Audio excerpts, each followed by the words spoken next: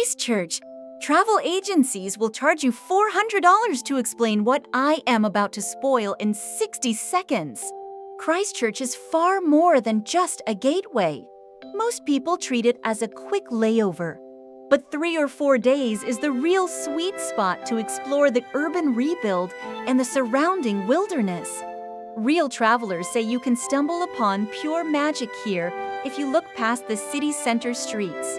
The true thrill is heading out to find hidden gems tucked away in the nearby valleys. One traveler perfectly captured the vibe during their Waipara wine trail afternoon tour from Christchurch, noting the guide basically knew every single detail about the local vines. It is a total dream for foodies. If you prefer adventure, skip the standard city walks and grab a chairlift sightseeing pass at the Christchurch Adventure Park instead. One reviewer mentioned how professional yet funny the instructors were during their zipline run, which really sets the tone for the region.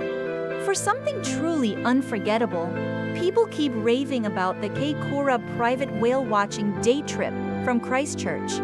One visitor noted, "It is absolutely worth the trip if you want to see massive whales and playful dolphins up close."